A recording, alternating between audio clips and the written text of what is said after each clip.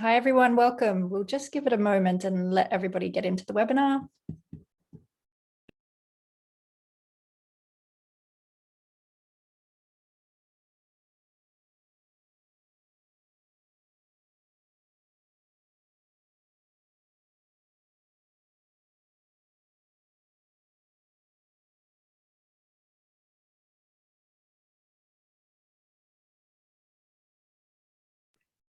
Welcome, everyone. We're just going to give it a moment and let everybody get in.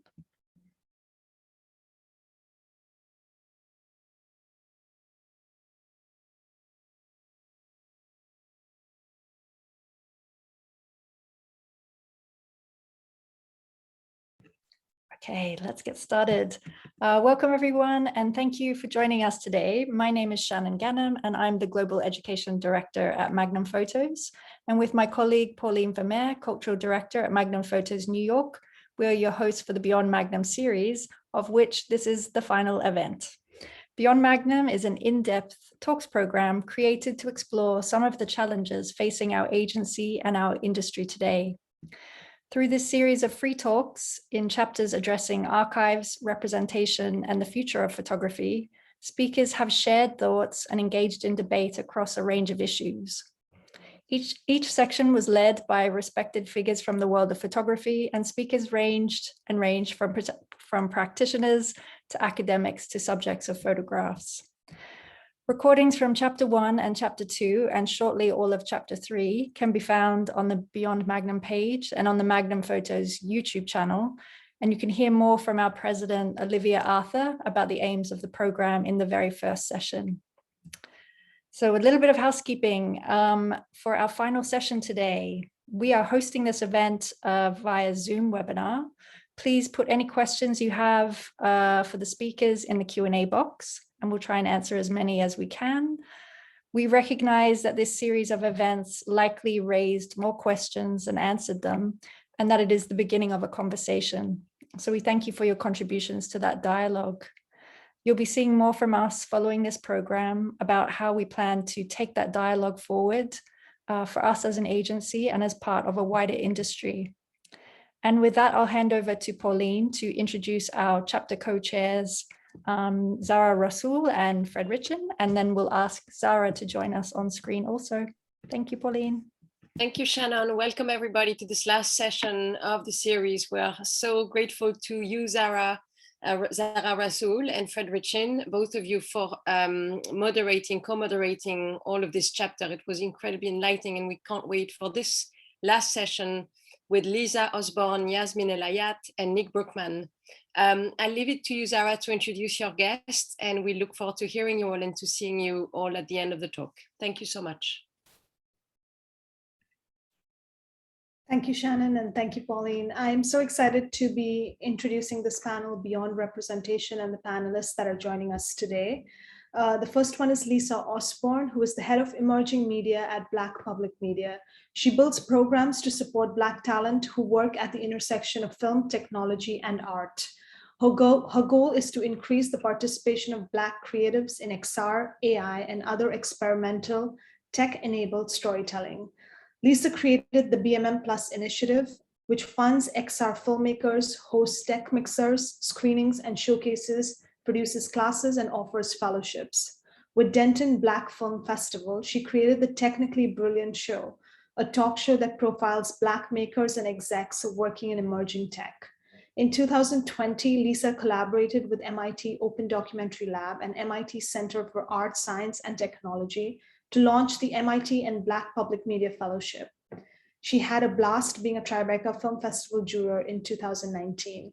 When Lisa earned her journalism degree from Northwestern University, she dreamed of editing the film, travel, or book section of a print magazine. That plan clearly took a turn. Follow her on Twitter at Julie Penno, LinkedIn, and on Instagram. Our second panelist today is Nick Brukman. He's an award-winning director and founder, CEO of People's Television, a New York City and DC-based creative studio that produces independent films and branded content for the world's leading companies and causes. His upcoming documentary feature, Not Going Quietly, executive produced by Mark and Jay Duplass, won the Audience Award at the 2021 South by Southwest Film Festival and will be released theatrically by Greenwich Entertainment in August. He previously produced the narrative film Valley of Saints, shot under lockdown in Kashmir, which won the Audience Award at the Sundance Film Festival and the Asia Africa Prize at the Dubai Film Festival, and was a New York Times Critics' Pick. His first feature documentary, La Americana, following an undocumented immigrant's journey from Bolivia, broadcast worldwide on networks including Nat Geo, PBS, and Al Jazeera. He has executive produced numerous short films, including Rosa, which was best shot at the Woodstock Film Festival and was acquired by HBO, and Desert Morning, which premiered at Mountain Film Telluride. Nick has participated in numerous labs, fellowships, and markets worldwide, including the Rotterdam Producers Lab, the IFP Cannes Producers Fellowship, and the Film Independent Producers Lab. His work has received grants from foundations, including the Sloan Foundation, CineReach, the New York Foundation for the Arts, and the International Documentary Association. Through People's TV, Nick produces and directs branded video in countries around the world for clients, including Airbnb, Greenpeace, Facebook, and Black Lives Matter. Our third panelist is Yasmin Lyat, an Emmy Award-winning immersive director whose work pushes the boundaries of immersive narrative and participatory experiences. Yasmin is co-founder at Scatter, where she heads content production and marketing initiatives. Scatter is recognized for pioneering an emerging language of volumetric filmmaking through its original volumetric film productions and its AR/VR creativity tools. Scatter's first product, Depth Kit, is the most widely used toolkit for accessible volumetric video capture. Yasmin directed the Emmy Award-winning 0 Days VR, which premiered at Sundance in 2017, a documentary about cyber warfare and the Stuxnet virus. Yasmin co-directed Blackout, which premiered at Tribeca 2017, which is an immersive documentary inviting New Yorkers to share their stories in their own voice. She's also the co-creator of 18 Days in Egypt, an interactive documentary about the Egyptian Revolution that was lauded as one of the moments of innovation in participatory documentary. Latest projects is the Changing Same Trilogy, a magical realist Afrofuturist virtual reality film, which explores the cyclical history of racial injustice in America. Changing Same is a co-production between Rada Studio and Scatter. Episode 1 premiered at Sundance in 2021 and won Best Immersive Narrative at Tribeca Festival. Yasmin's work has won multiple awards and has been exhibited at various festivals, including Sundance, Tribeca, SIGGRAPH, Festival de Cannes, and the World Economic Forum. Yasmin is also a United States Artist 2020 Fellow. I'm going to invite Yasmin now to share her work with us and the presentation that she's prepared.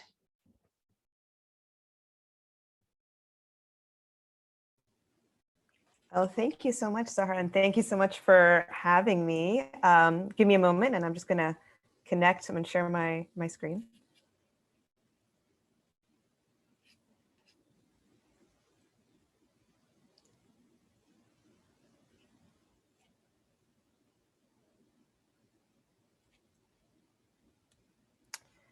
Okay, great. So hello, everybody. My name is Yusmina Lyat, and I am the co-founder at Scatter. I'm an immersive director, I'm an artist, I'm an entrepreneur, and I'm based in Brooklyn, New York. And, you know, my artistic practice is at the intersection of art and filmmaking and emerging technology. And this cluster all began for me in 2011. And specifically, you know, on January 25th, 2011, the Egyptian revolution began, and Egyptians were documenting a revolution in real time. And they were doing so using cell phones, you know, cameras, social media, and so forth. And, you know, what was really inspiring to me at the time was this idea that a country could write its own history. And I'm Egyptian American, and I grew up between the United States and Egypt. And I grew up to countless stories of my parents telling me about, you know, growing up under the black cloud of dictatorship, you know, the stagnation and oppression of not feeling like your country belongs to you. And, obviously when the Egyptian Revolution started, there was this real liberty in the country of reclaiming your own history and this ownership of it, and that was really inspiring for me.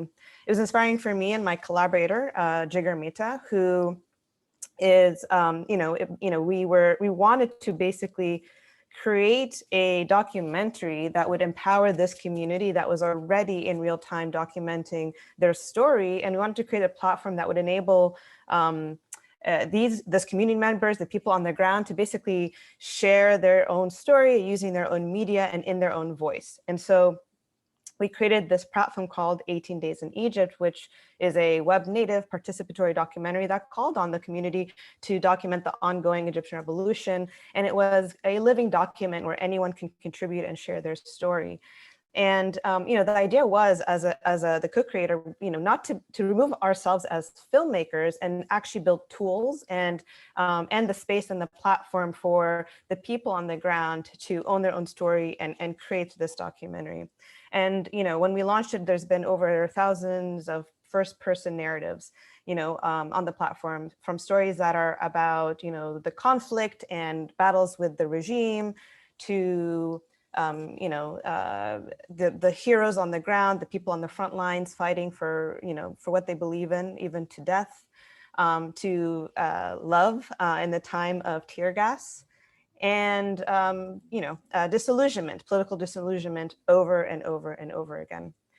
And our goal with this project was to take this tahrir, which was the kind of news, the headlines, and go beyond the big stories and really share what the personal human experience of seeing this kind of historical moment in your country, what that would look like for the people on the ground.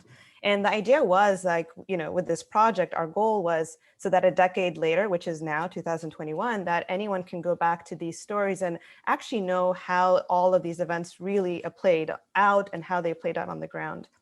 And this kind of ownership of history, this reclaiming your story, really was very liberating for the country, for my family, and also for myself. But unfortunately, this liberation and ownership was very short-lived.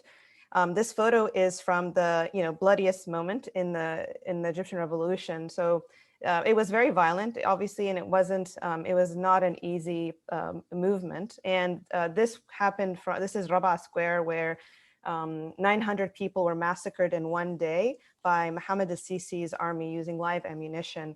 And this man, Mohammed al-Sisi, is the current president of Egypt today. So, with all the things going on in Egypt, I moved back in New York and met my current business partners, and we co-founded a company called Scatter. And what Scatter is an immersive media company. We are based in Brooklyn, and we are pioneering this discipline that we're calling volumetric filmmaking. And what volumetric filmmaking is it's basically the marriage between gaming and filmmaking. So we combine the power and flexibility of a game engine with the craft and sensibility of filmmaking. And this allows us to capture real people and real stories and real places and volumetrically place them into these 3D worlds that we construct.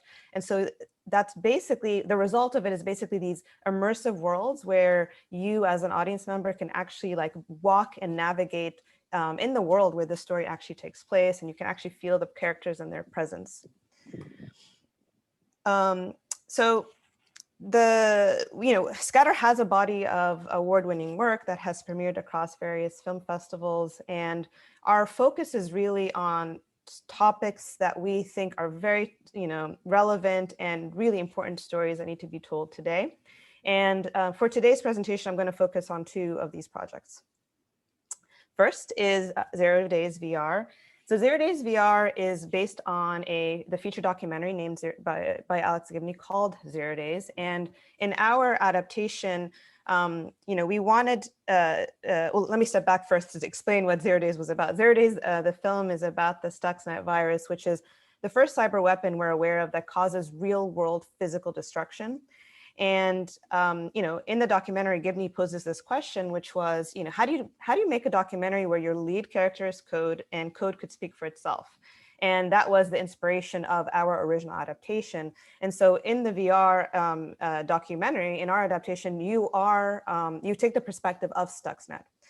So how that works is you actually, through the experience, are traveling through, you travel the experience as Stuxnet on its mission to sabotage Iran's nuclear power program. You are embedded in these immersive digital worlds and in the intangible world of code. And you travel to Natanz, which is a heavily protected nuclear facility in Iran. And you experience how Stuxnet was, sabotaging Iranian nuclear centrifuges. And so 0 Days VR is a very visceral experience about the high stakes of cyber war. It's a covert operation. Maybe you don't know as much as you think you know. Here is a piece of software that should only exist in the cyber realm, and it is able to cause real-world physical destruction. Stuxnet wasn't just an evolution. It was really a revolution in the threat landscape. Everyone's getting this story wrong, and we have to get it right. Stakes are too high. We are the most vulnerable nation on Earth to cyber attack ourselves.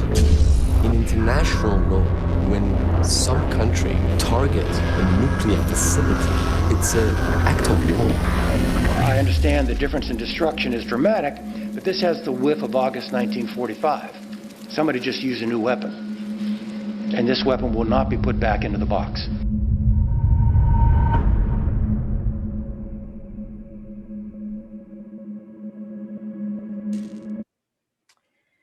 So now that brings me to the second project case study that I'm going to share today, and that is our latest project called The Changing Same, which is a co-production between Rada Studio and Scatter. And we just premiered episode 1 of The Changing Same at Sundance this year and at Tribeca. So The Changing Same is a episodic, immersive, magical realist time travel experience through 400 years of racial injustice in the United States. And the idea behind the project is you're traveling through time in a nonlinear way through past, present, and future to witness the cyclical nature of our history, the evolution of racial violence, and the impact of all of that in our modern lives today. And we're calling this journey an American pilgrimage. And so the goal of this project is to have audience really bear witness and acknowledge the past in order to build a new future and imagine a new future together. And we just, as I said, this is episode 1, which we just premiered, and we are working on fundraising and developing episodes 2 and 3. So I'll give you a little sneak peek into the first episode.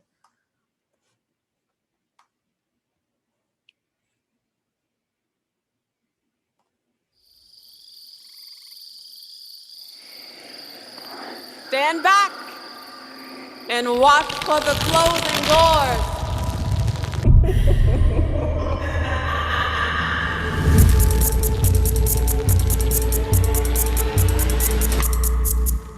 Welcome to my world. You know, here, Mariana, you can experience the past and see the future. Our future. You want to enter, but entry needs to feel my world. You in or you out? And then owning it.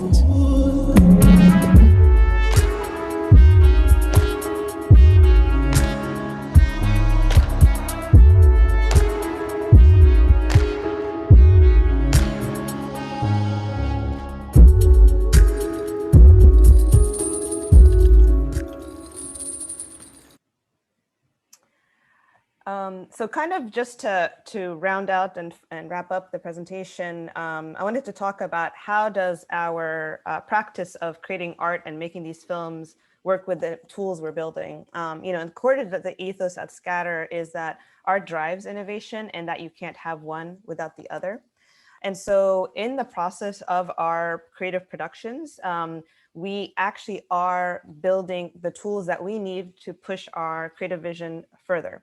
And so story making and tool building are really intertwined in how we work. And also, we also then share these tools that we're building with the larger community of creators and artists out there. And our goal in the building of our tools is to solve for inclusivity and accessibility.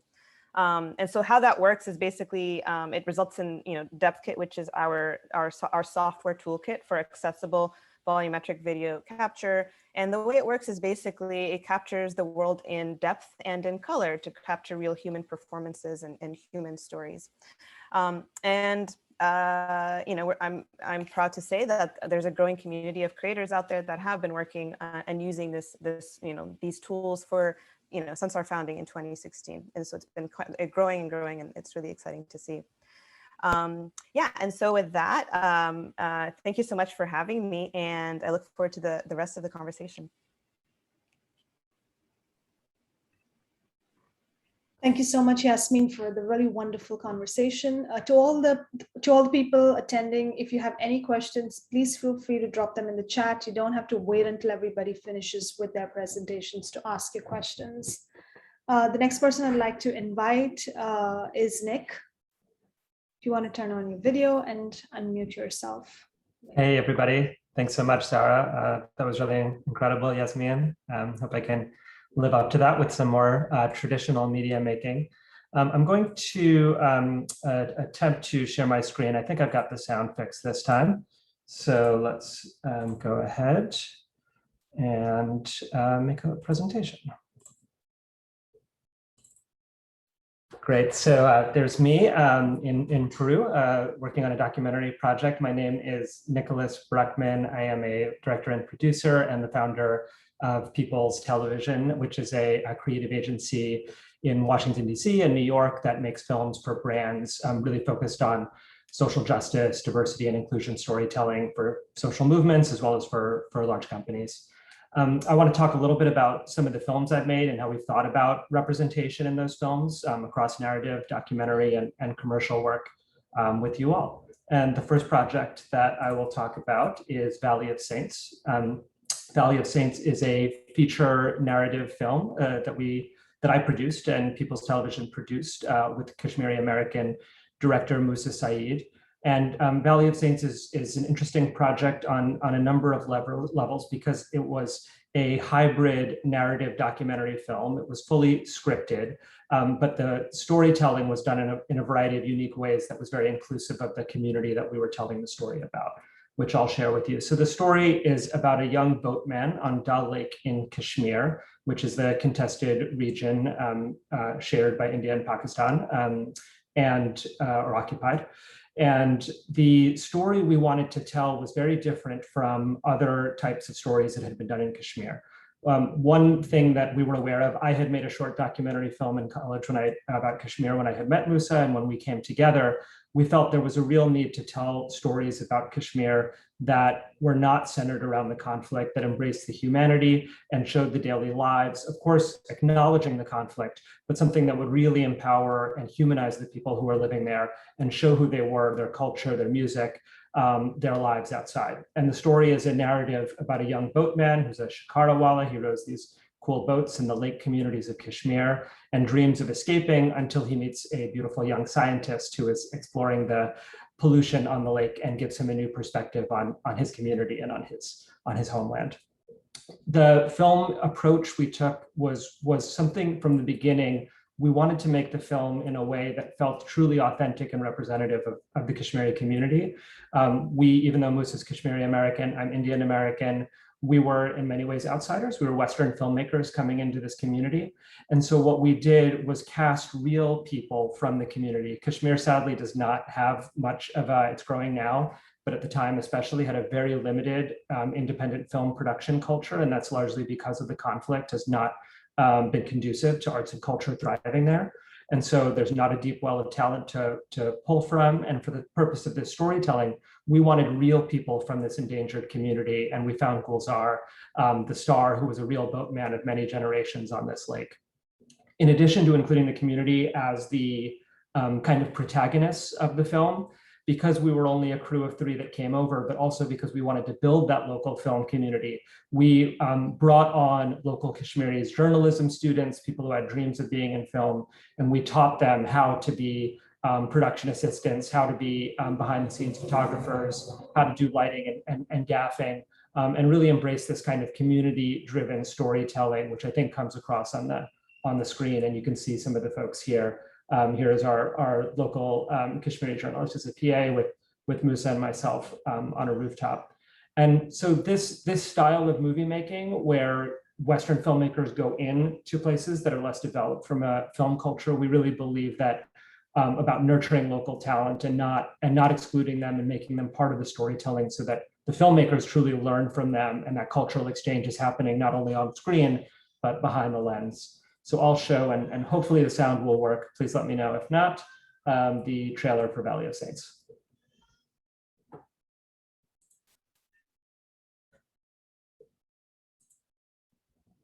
Oh, we don't hear the sound, Nick. Okay, let me try one more time, and if not, I'll just skip it. Give me 1 second. Apologies. Or we might also have it, Nick. Yeah, that could work too. I see the selection, so let's just try one more time, and if not, we'll do it.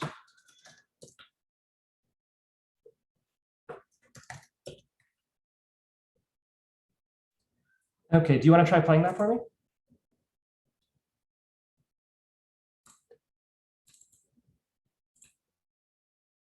Will do. Thank you so much. Yeah, that's just on slide 7. If you can share with the audience here.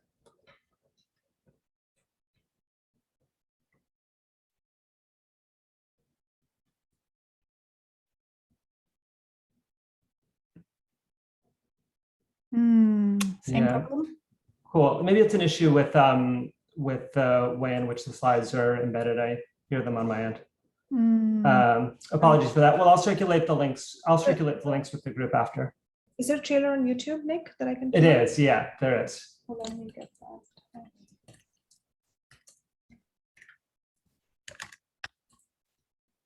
Okay, I'm just pulling that up. I'll circulate it with the group. Yep, I'm gonna play that. Wonderful, thanks. Apologies for the technical difficulties.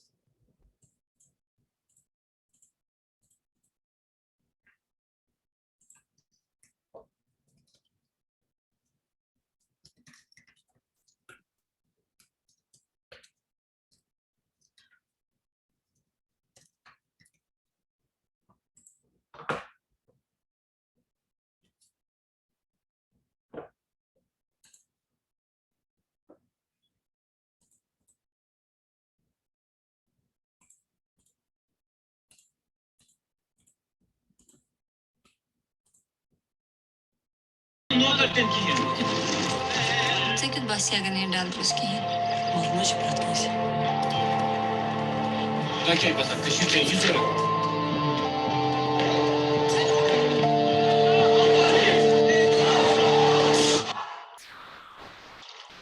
Ashim mundibo vese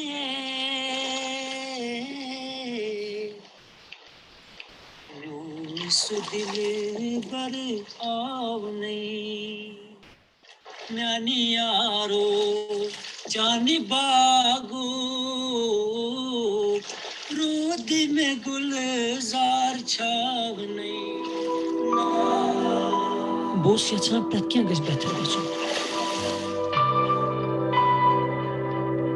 magar impir guzare vare kalbro ये दुनिया का इस्तेमाल कर जाती बेहतर है इसीम जिलिक pot відчутті Гаван, я так бачу.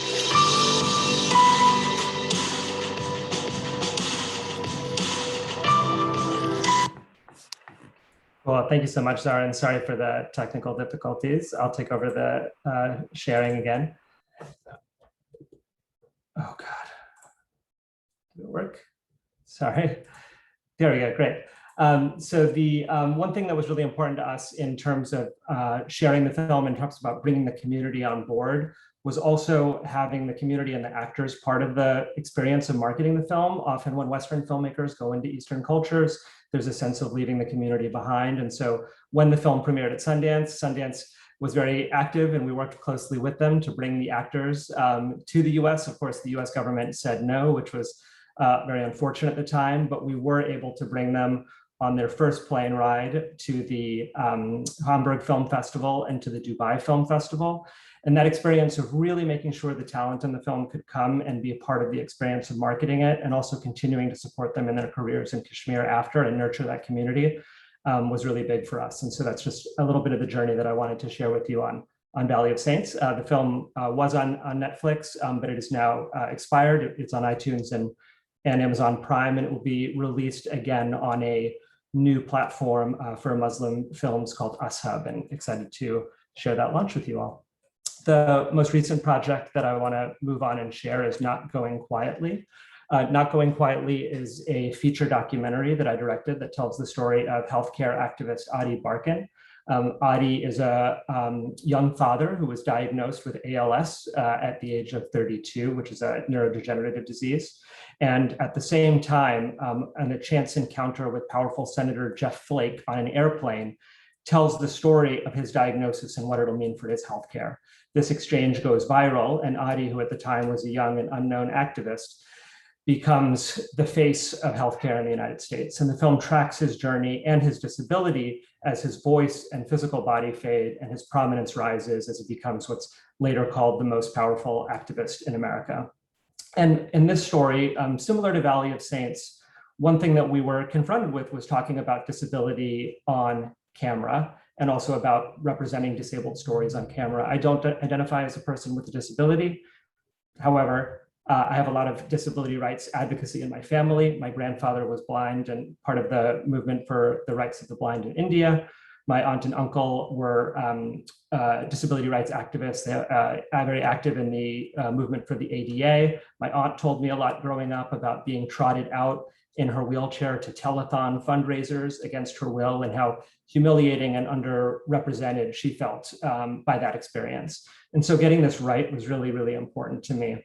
And I think part of the way we did that was by really embracing in the storytelling, Adi's humor, his resilience, and the way the disease becomes not a hindrance or something to pity, but in fact, the opposite. It becomes this incredible tool that he uses to tell his story and to advocate for universal healthcare in the United States.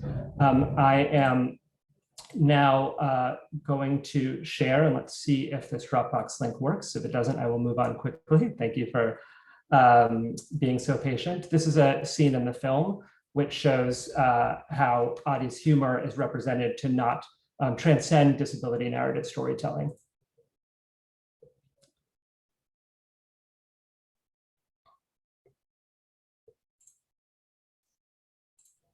I don't think the audio is coming through, Nick. Cool, no problem. Okay, apologies, and I'll circulate these links after. Or Nick, perhaps it is your headphones. Do you want to try that? Yeah, could be. Just taking them out? Yeah. Yeah, okay, sounds good. This worked in the test, so appreciate everybody bearing with me. Let's play the link. I'll try it through here.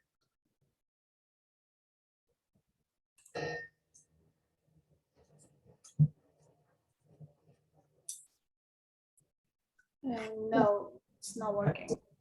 Okay, apologies. So I will just share the. I can't believe this is our last night. Eat it. Now we hear it. Oh my God, how silly. Cool. I'd love to share it with you all. So if time allows, I'll try again, and we will play the link.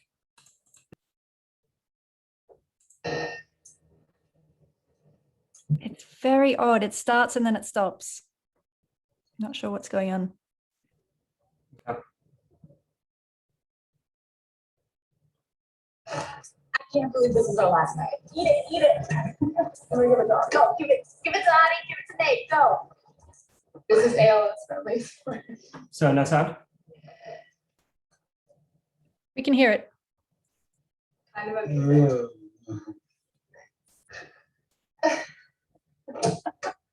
What the fuck? What the hell's going on? What did you do to him?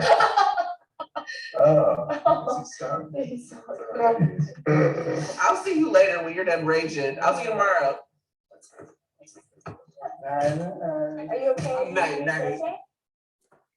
Thank you. And so the next thing that I want to share and talk about is how, in addition to being representative in the storytelling and in the production, it's really important to us and something that we're really focused on with this film and all of our work at People's TV, which is to make films accessible, particularly to the blind. I mentioned before that my grandfather was blind. I don't think he had the opportunity to see a film in the theater or otherwise. And now, thanks to audio description, that is a possibility. And so I want to share with you guys what we did with this film to make it accessible to folks who are blind by employing an audio description company to make the entire film an audio narrative. And hopefully this one will play the same. Audie rides the lift back into the RV. Someone lights a pipe and holds it to Audie's lips. He draws in slowly as a stream of smoke rises from the bowl. Others make s'mores at a campfire. I can't believe this is our last night. Eat it, eat it. I'm gonna give it to Go, give it to Ani, give it to Nate, go. This is Elayat's family. In the RV, Helen feeds a s'more to Audie. She holds a napkin under his chin as he bites down, his eyes shining brightly. Helen holds another piece to Audie's mouth. He laughs and turns away. What the fuck? Nate enters. What the hell's going on? What did you do to him?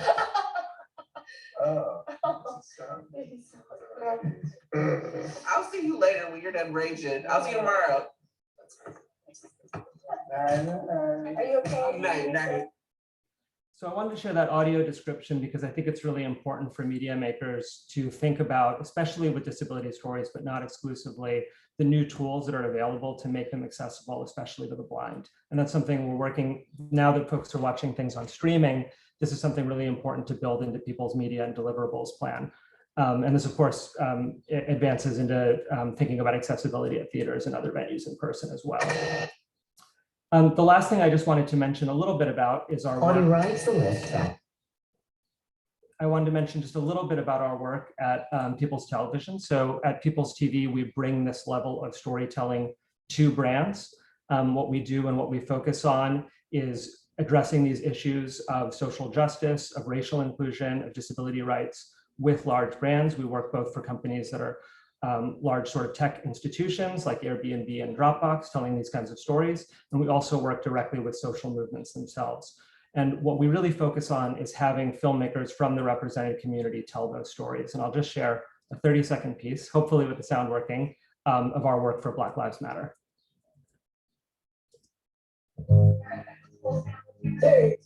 You'd like me to read it? Okay. Dear son, You are getting older. you are going to be looked at differently and treated differently. Sorry. Your life matters because You are loved. you matter more than you know. You matter. Love. Dad.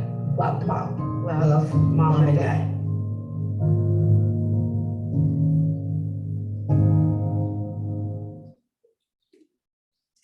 And the reason that I share this type of project is because I think it's important for a lot of folks who are working in independent journalism, independent filmmaking, as we are, that also do work for brands, that do freelance work, client work, to really translate these values that we're talking about here towards that work. And that's something that we try to do as a company and really nurture and foster diverse talent, like the directors at that spot that you see here.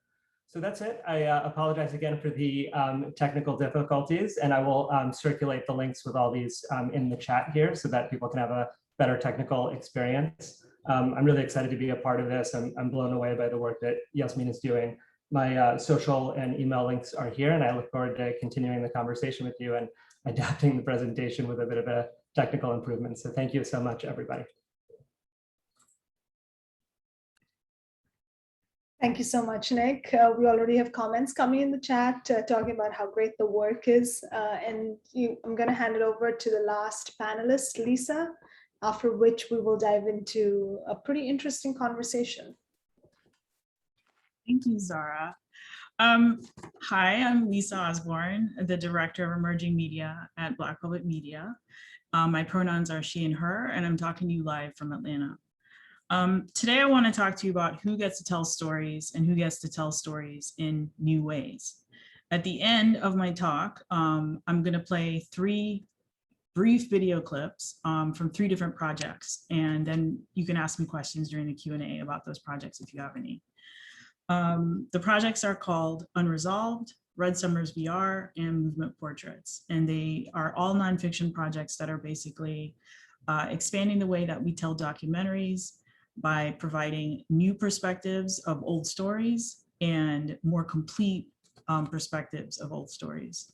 So when I say emerging technology, I'm talking about fourth industrial revolution technologies such as virtual reality, augmented reality, artificial intelligence, robotics, 3D printing, and the Internet of Things. Many of them have been creeping in our lives for years now. A typical person might use artificial intelligence daily when they open their Twitter feed, and an algorithm decides, what to show them. Someone else might add antlers to their head. They probably know it as face filters, and they don't really realize that it's a powerful mashup of machine learning and augmented reality. In 2018, as Zahra mentioned in the intros, I created an initiative called BPM Plus to increase Black participation in virtual reality and other forms of emerging tech storytelling. We have more than 7 programs, including extended reality mixers, pop-up VR theaters that we host around the country, the MIT and Black Public Media Fellowship that we created last year with MIT Open Documentary Lab and with MIT Center for Art, Science, and Technology, and the Technically Brilliant show, which we created with Denton Black Film Festival. We just taped an episode about an hour before this panel started. Artists and academics are often working on new technology years, sometimes decades before they become mainstream. Virtual reality, for example, was more than 40 years old when Facebook bought Oculus for $2 billion from a 21-year-old in 2014. That liminal period between 2013 and 2016 is a great case study for why it is vitally important that Black creatives and coders have the means and the support to try new software and hardware and explore new concepts in computing during their experimental or R&D phase. Black talent needs access when the technology is still messy, when it's not stable, when the equipment is big and clunky. Black talent needs access before a new technology starts to become an industry, before the gold rush begins, before products start appearing in your local Best Buy, or ads start appearing at your subway station, or apps start appearing on your mobile device. Why is this timing so crucial?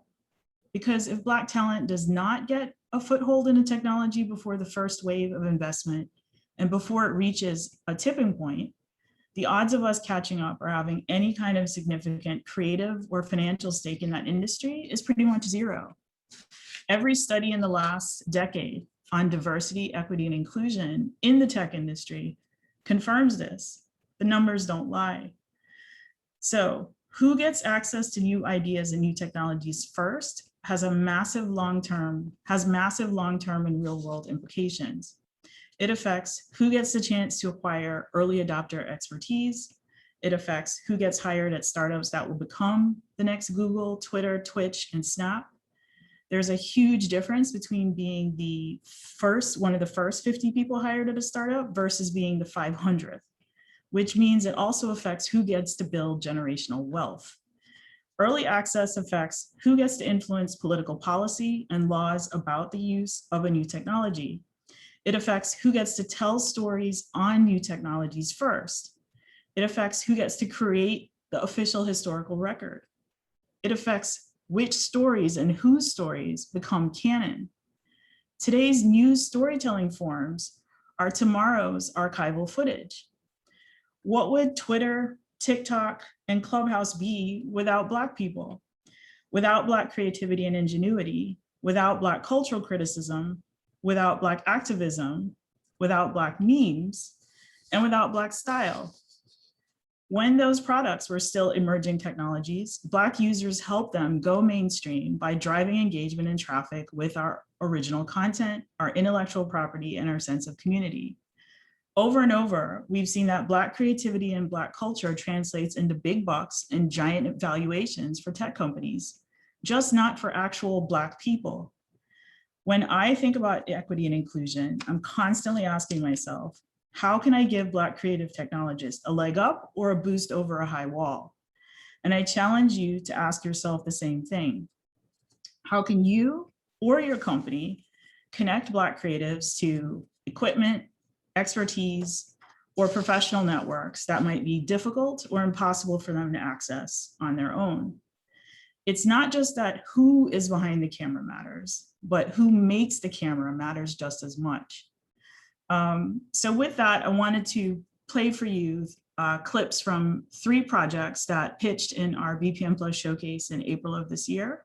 They're 1-minute clips, and I will put in the chat a link so that if you want to watch them later in their entirety, they run anywhere from 3 minutes to 5 minutes. You'll have the opportunity to do so. Thank you so much.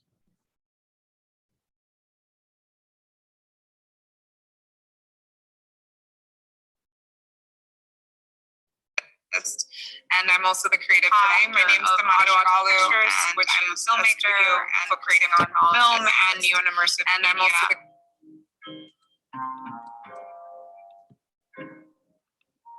we've been collaborating with Frontline on a really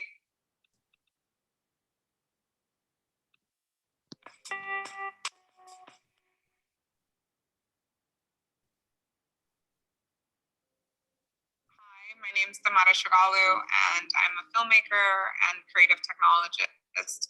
And I'm also the creative director of Ottawa Pictures, which is a studio focusing on film and new and immersive media.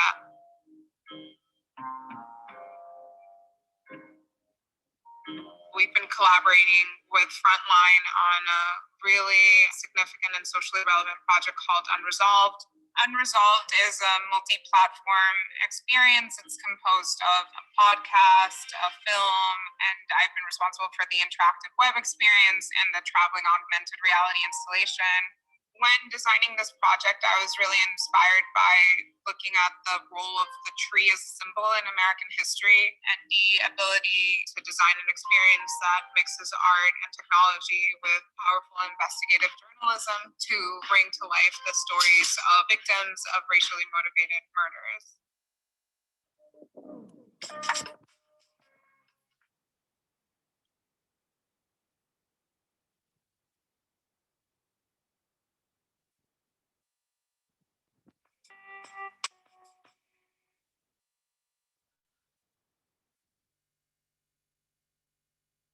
My name is Bayete Ross Smith.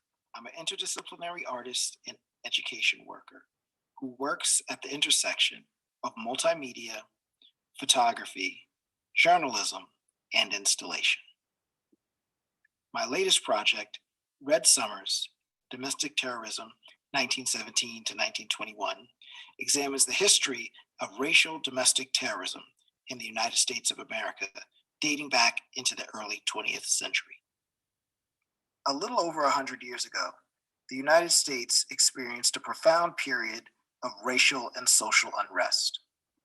The country, and perhaps even the world, still feels the ripple effects of this unrest to this very day. This project will consist of 5 360 VR immersive short films.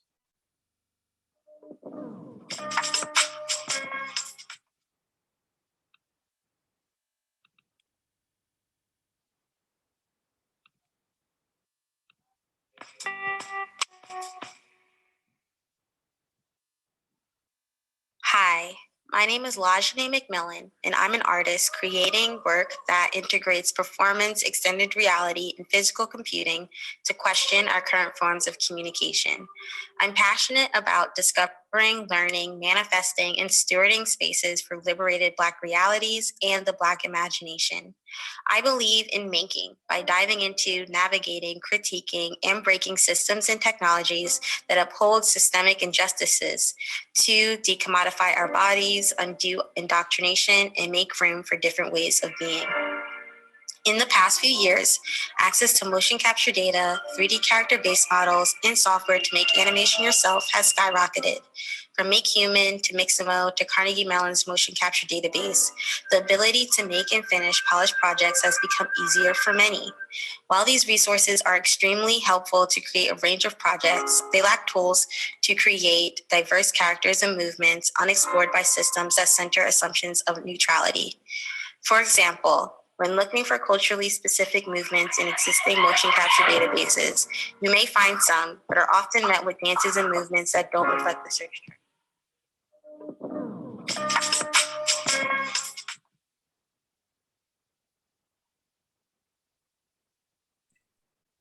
And that's it. Thank you so much, Lisa. That was incredible. And Nick and Yasmin, I'm going to invite you guys to turn on your video, unmute yourself so that we can dive into the discussion.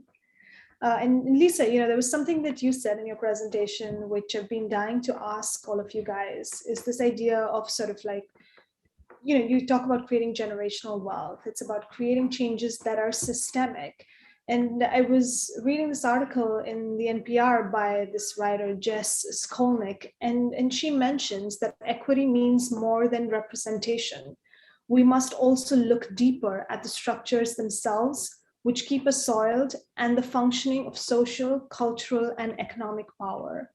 And I want to ask you guys, each of you, to respond to that statement, talk about the importance of that and how in our practices we could be more cognizant of those things as well, beyond the representational aspect of things.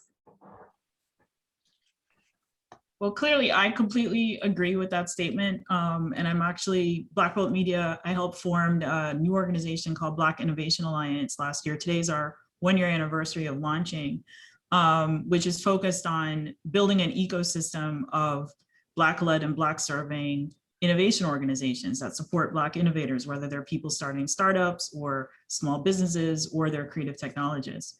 And that's literally baked into our mission statement, is the idea that merely having Black people at the table or as your staffers is not enough. Black people have to be equitable owners in order for there to be long-term benefit to Black people being part of a particular system, product, company, space, movement, et cetera. Yasmin, Nick, thoughts on that? Go for it, Yasmin.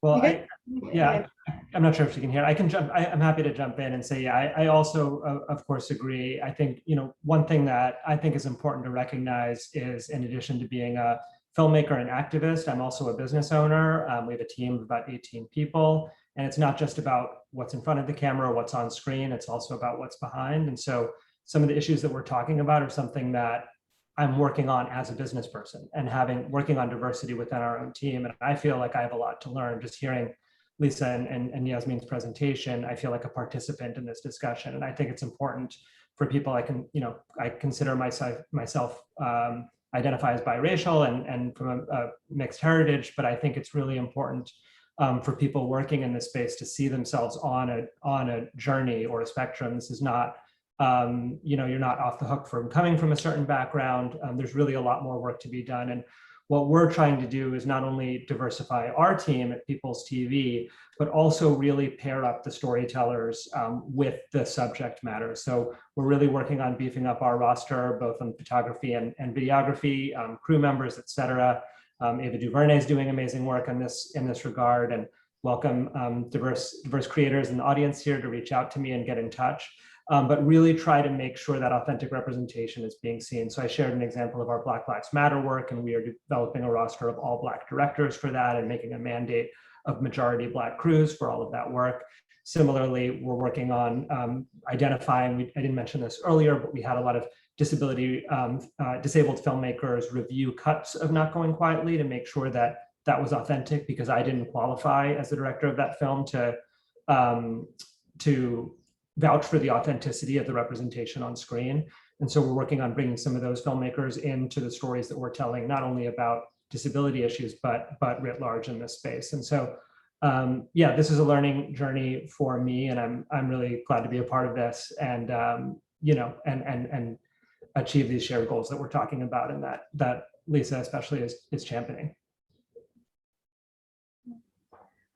And you know, just following up on that, Nick, you know, I think living in a society where we are under the pressure to make money, we are, you know, we have to show revenues, we are living very much, most of us, in very capitalist societies. One of the sort of consequences of being part of capitalism is that you are able to commodify things very quickly. So this idea of like us collaborating with, you know, people from locations, like you collaborating with people from Kashmir, or I bringing in, like, you know, formerly incarcerated people to work on my Still Here project, is also good for business. We understand that, you know, we can go at a film festival and say, oh, you know, we collaborated with the people from the community to make the film. It makes us look better. How do we, as practitioners in this field, as people who hold power and privilege, make sure that we're actually allowing the values and the ethics and sort of their ideas to be at the forefront, rather than just you know, commodifying their experiences and their persons as well? You know, what is the line for that, and how do we tread that so that we're holding ourselves accountable as well as creators? Yeah, it's a great question. I don't know if I can answer perfectly, except to say that we see ourselves as a platform to connect creators and brands, and a lot of the creators that we work with are all people working on their independent and social kind of just representation forward content. And frankly, you know, part of our mandate is to empower those people financially by doing work for brands, you know, and I think this is a compromise, that I'll call it, that a lot of folks in the audience might be familiar with, at that intersection of art and commerce. And it's one that I'm very comfortable with. I will say, though, that we are increasingly being selective about the work we're doing. I'll just give an anecdote. You know, we will work for large brands that there's always question marks around an Airbnb or other client that we have. We, you know, got a brief for Coloradans for a clean energy future, and we thought, well, that sounds good. That sounds like an environmental campaign. And of course, we discovered pretty well into the brief that it was a fracking project, and we, you know, steered very, very clear of that. And so I think, you know, it's up to everybody in the community to make those kinds of decisions. I think some people are more extreme than we are as a company about our stance and what kinds of clients we think. If the message aligns with something we want to put out into the world, that we will be forgiving of the source, or at least open to the intentions of the source, even if that source is a Facebook that is ethically compromised in many ways. We will tell stories that they want to bring into the world if we feel that they advance causes we believe in. So that's how we've struck that. But like I said, I'm on this journey myself of trying to find that balance. And I don't want to come off as the oracle of, you know, how this is done right. I'm really trying to learn myself. Thank you. And absolutely. I mean, I don't have the answers for all of that. You know, we're having this conversation so that we can learn together and discuss these things openly, rather than present ourselves as experts on this topic. Yasmin, you know, you do a lot of collaborations. You're working with a lot of technology companies. Most of the subject matter you're dealing with are about people who are underrepresented. When you do bring them into the process, how do you ensure that your collaborators, especially people in the technology side, are not exploitative towards the people or the subjects that you're collaborating with? Yeah, I mean, that's a great question, and I'll echo, you know, something that Nick said, which is, you know, this is a journey, it's a work in progress, and I'll answer in that kind of way. I'll say I'll try to answer this with two hats. You know, one hat is as a creator, and then one as a tool maker, because I think it's a little different, or different sides of the coin. I'd say as a creator, I mean, the whole point of like, there's another project I didn't mention, but the point of like something like 18 days, and the point of another project we did, which was called Blackout, which was a project after Trump was elected, and during the kind of polarizing climate in America, we wanted basically people who are coming from very different ideological viewpoints, and people that were, undocumented, people that just had something to say in reaction to the political climate, kind of have a stage in that project, and we collaborated it with and allowed them to tell their stories. I would say in both of these projects, the goal was leveraging technology to enable basically not us to be directors, but basically the owners of the stories to be able to have ownership over how they're telling their stories and how they want to represent themselves. Like that's why it was about like creating these platforms and the space. The idea was to create space. And it was an experiment, obviously all of this, as we said, it's like a work in progress, and to try different things. Each one was using different tools and different techniques of creating a participatory story that is opt-in. And then on the and there's always pros and cons when it comes to that. And on the side of tool creation, like that, and this is where I think we can intervene as tool builders. It's like one of the biggest problems, and someone I was based in Egypt for a long time, is and Lisa was talking about this, access to technology and who has access and who's making the tech is the biggest problem. It really is. Like until today, you still have problems in Africa, the Middle East, other parts of the world. And a part of what we're trying to build is having at least always a tier of what the products and tools we're making that is, off the shelf hardware, in which our true goal is like to have it being accessible around the world, and not just the United States, and not just diversity within the US, but really around the world. And I think that is one of the most important things, because it's not about us representing other people or making space. It's actually these are the creators creating their own stories and having the access and the tools that they need. And I think that's like where I think a lot of the passion is right now, from like as a tool maker and someone in the tech side.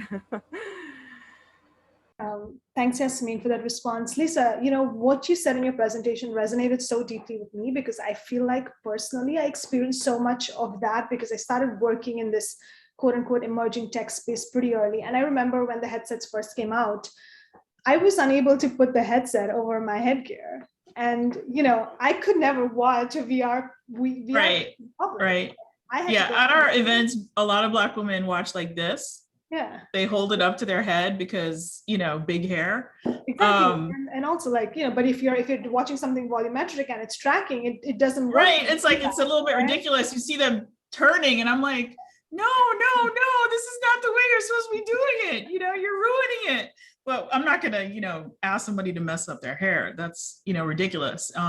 It's clear that there were no Black people on the Oculus Go design team, and definitely not on any of the tethered headset teams, which are like putting on a small underwater, exploration headset, basically, like from the 1950s or something. We also haven't really addressed that up until now. Yeah, I think one thing that I would love to see tool makers do better, which continues to be a problem, is that we as an industry complain a lot about mainstream adoption not happening quickly enough. Like VR has died 3 deaths since 2014, literally. It's been declared a dead medium 3 times. And I keep saying, but we haven't actually provided what I call like a middleware layer to distribute information and tools and training to all the other hubs of information distribution, like middle schools, elementary schools, high schools, college professors. We as an industry don't provide free workshops or deeply discounted workshops for educators, you know what I mean? To learn, to have, AR 101, 201, 301 level courses that are free or deeply discounted for educators. It's like, we need to teach them about mediums. It's like teaching them about film or radio from scratch.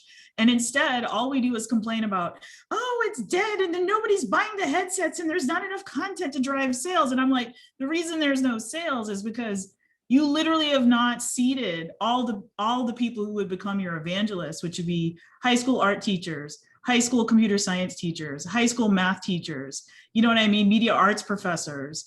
The entire ecosystem of educators has not been touched at all in terms of providing access to the tools and whether it's hardware or software, and just giving them training. It's like you have a bunch of people who are in their 30s, 40s, and 50s. They graduated college anywhere from 15 to 25 years ago. Do you really think that they're going to go on YouTube or or Coursera and sit there and teach themselves VR painstakingly, video to video, when we all know as a group that you need to be in a room, have 3 to 6 cameras there, several different, tripods, several different sound, solutions, so that they can walk up, touch the thing, look at the camera, have you explain to them, how it works, have some, sample footage from each camera ready to go, which is what we do in our VR classes that we've taught in New York, for 2 years now.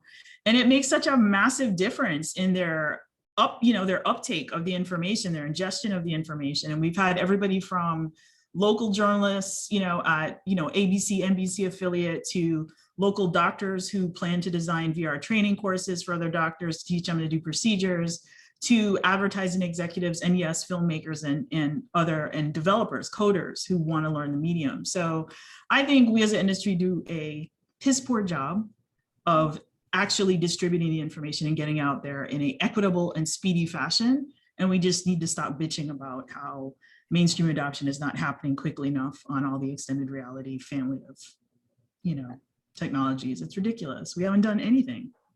Yeah. Everyone listening out there, we have a few minutes left, so please get in your questions so that I can ask them to the wonderful panelists here. I do want to ask each of you guys thoughts on equity in storytelling versus representation in storytelling. How do you define that? What do you think of those things? What does equity in storytelling in this industry? How are we as a group of storytellers going to define that and shape that? Any thoughts? Equity for me is having back end. So if a VR project costs $100,000 to $600,000 and it has an 18-month festival run, and then it goes into a bunch of VR arcades and museums in Asia afterward, and it goes online on the Oculus store afterward, I think paying people a flat $300 fee for that $500,000 VR to screen at your place is insulting and is not an equitable payment for the amount of labor that went into the production of that piece of content, for example. So that would be number one that I would say, is that the ecosystem is not yet mature in terms of exhibition and screening. The value chain, the revenue loop back to the makers is pretty much non-existent, so unless you're one of the top 10 or 15 VR or other types of XR production companies or makers, like you're an A-list, organization like Scatter or, Felix and Paul or Atlas V, then perhaps you can negotiate higher licensing rates from, top tier museums to show your films or things like that. But for the average independent XR maker, filmmaker or artist, it's really tough. And the rates that they get offered, they can't live off those rates, for their $100,000, $200,000, $300,000 piece that they spent 2 to 3 years making. So, I remember when I was pitching still here, and I was pitching to Google and a bunch of other big technology companies, and still here is about incarceration and gentrification, 2 topics that are really heavy. The comment I got most often is that we're committed to representation, but this story is not really for us. That was the sort of feedback I got. It was, bring us something fun, bring us. If it was zombies, they would be up for it. We want to show Black people, Muslim people, brown people. If they're green and they're from another planet, yes, we'll fund you. But we're not down with the politics of this. And so to me, in that sense, the idea of representation feels very limited. It means that you've got to fix it, you've got to fit into my box of what I want representation to look like and what's going to bring me dollars, and then I'm on board. And if you can tick all of those boxes, it's easy to get the dollars. So a lot of us do that. And so, I keep thinking about, is there a better way to have these conversations that's just not fixated on representation, but can move beyond that to include class and include politics and all of those things? The one response I would add, Zahra, and this is not specific to the VR world, but at least I'll speak for filmmaking writ large, is that I think the diversity and representation conversation is extremely important, but there's also the question of what are our social programs and what are our federal level and state level programs that support film and the arts. And I think that's something that, Lisa is close to in the PBS ecosystem, and ITBS being the only real national taxpayer funded program that supports films. Every other country in the developed world, in Germany, there's federal programs. In the UK, there's Channel 4 and of course the Film Commission, and robust programs in every other country. Whereas here we're fighting for corporate sponsorships, as we've discussed, or fighting over grants made by rich philanthropists, which includes all of the issues with philanthropy that I think a lot of the audience in this here are familiar with. And so, I don't know that I'm the one to take up this mantle, but I think we have a unique opportunity with a Democratic presidency and Congress to really build a social movement around more robust funding for film and for VR, because I think that's one of the only ways that folks are really going to be able to get into this space economically. It works really well in Europe and other places, not for everybody, it's still competitive, but there's legitimate paths in other countries to get into this space that's not dependent on sort of the beneficence of rich philanthropists or of getting Google to sponsor your film. And that also ladders up to education. One thing that I find a lot, and I'm in this position of being on the business side of running a corporation, but that when I go into film schools and talk or in other media programs, there's really very little education in terms of sustainability and I don't know specifically to VR, but I'm sure it applies, but in the sense of even traditional film schools, and I think this is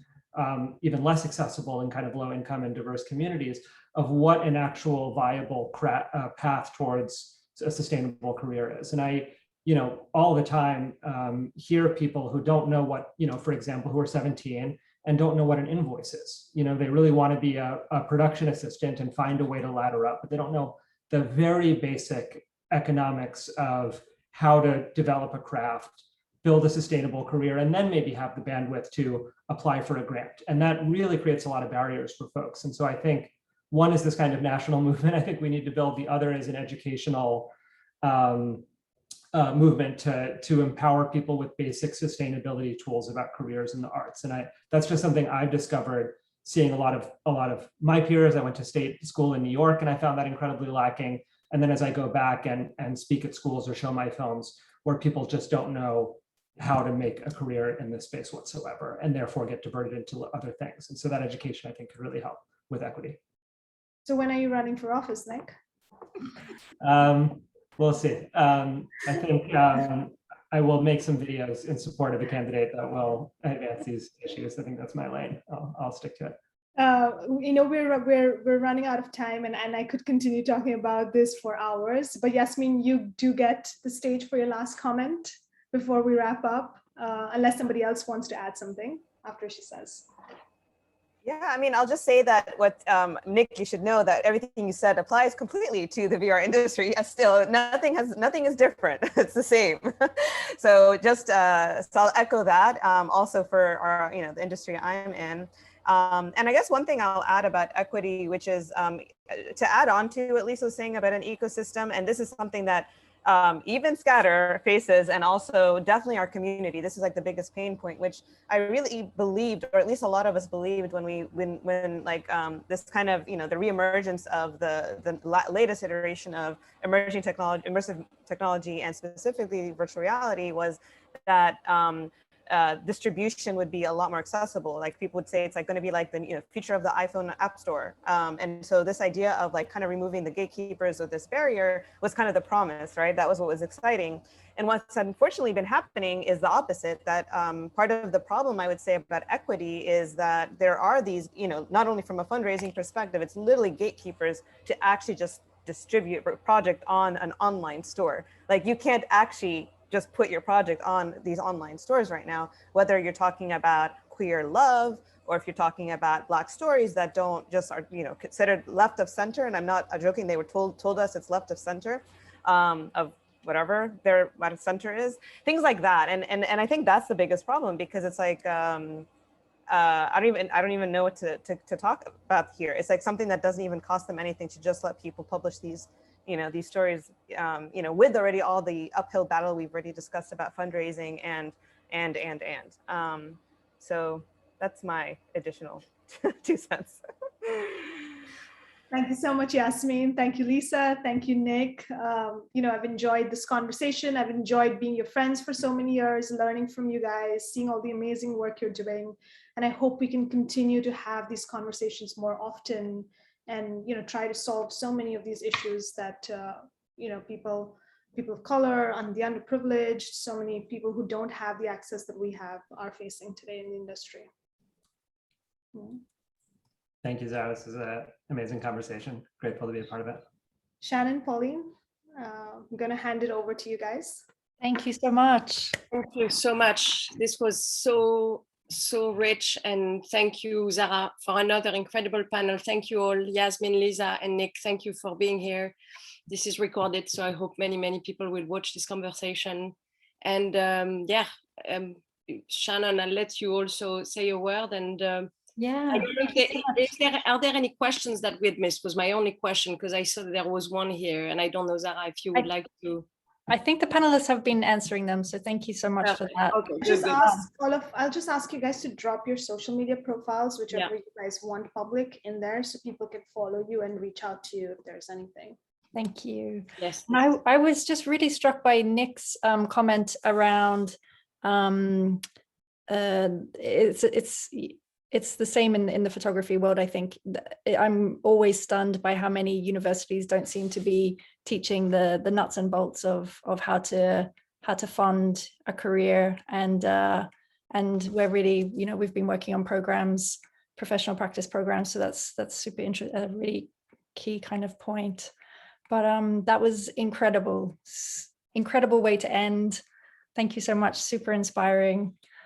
And yeah, you're welcome to stay and listen to Zahra and Fred closing out the chapter.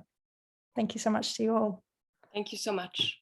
And we'll invite Fred back. Yeah, he's here.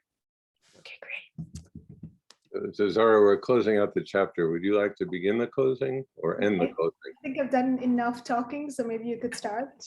And then I could just say whatever Fred said, I agree.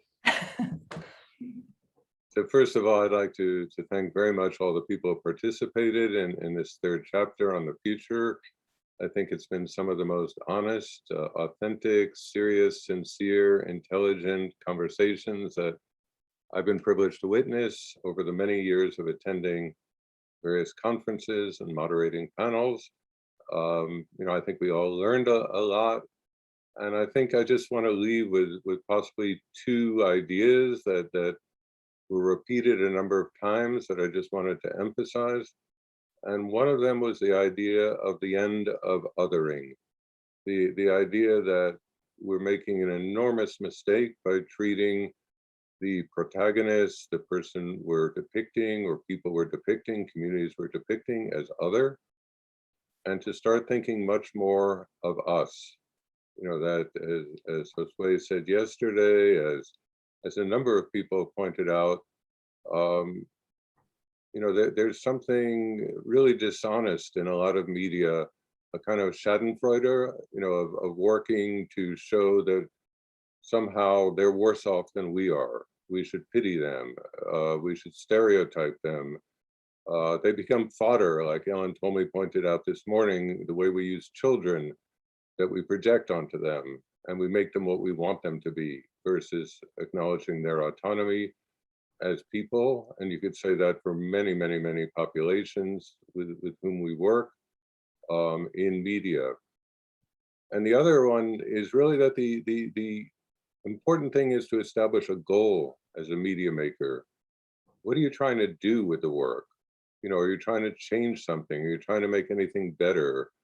How do you do it? Do you do it by depicting the symptoms? Is there a way to look at the systemic problems that underlie, which is often less visible and harder to get at, which involves different kinds of context, different kinds of media? So the question isn't, I'm a photographer, so I make images. The question is, what do I want to do in the world? And therefore, which media do I use either to complement photography, replace photography, add to photography? You know, how do I do what I do? And I think it's quite clear that to be a person today working in media, one has to be conscious of the variety of possibilities, strategies that can be used in various ways. That the old idea that you're simply a witness, they believe your photograph, and that's helpful in the world, is more a 20th century idea, that the photograph is no longer credible the same way, it's no longer automatically perceived in similar ways by people, it's dismissed, there's no front page, and so on and so forth. So I think we've seen an enormous variety of approaches of people using Instagram, of using social media, of using virtual reality, immersive realities, film.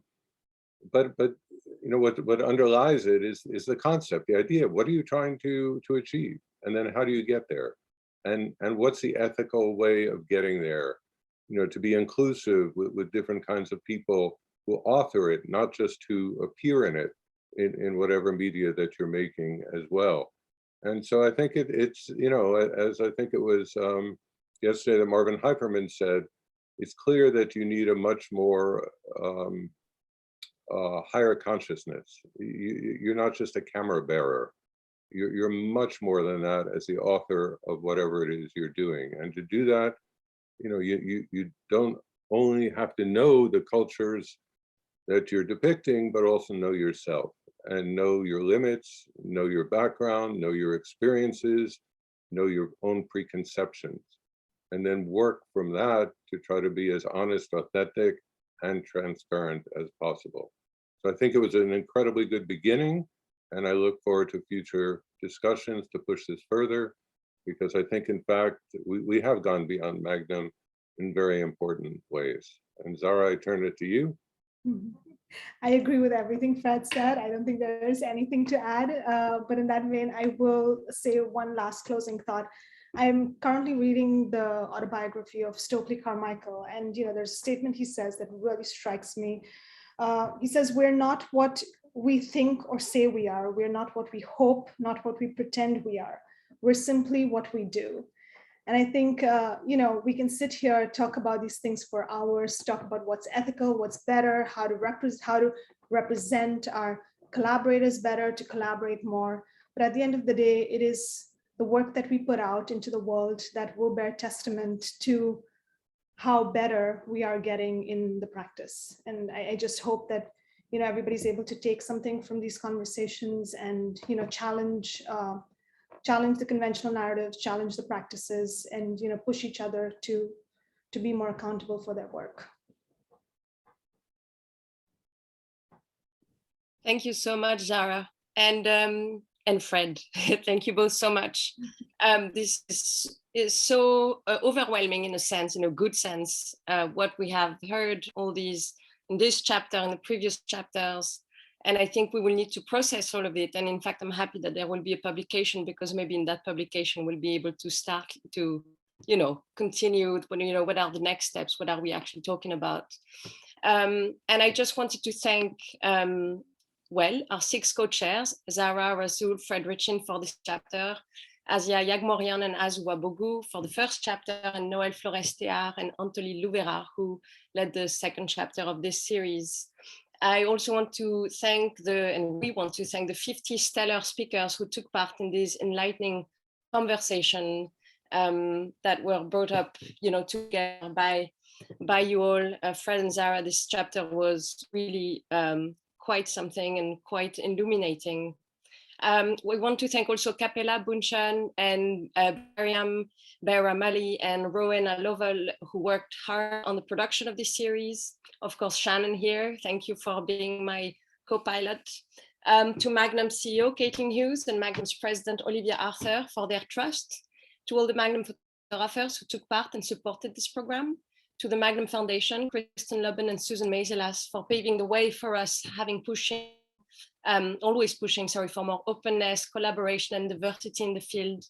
And to you all in the audience who have been following this program and will be watching these talks, and carry on the conversation. Thank you all so much. Thank you. And I will just add really quickly, I would love to, what an incredible experience this has been. And I would like to dedicate this program and the work that we've all done to the amazing team at Magnum Photos, the photographers and the staff alike. We have some of the most hardworking, passionate, caring, and challenging folk in the business. Whether they've been in the business for some 50 years or just starting out and bringing a vision for a better industry for us all. I feel really lucky to be doing this work alongside you all, and none more so than my brilliant co-pilot. I love that, Pauline. Thank you, Pauline.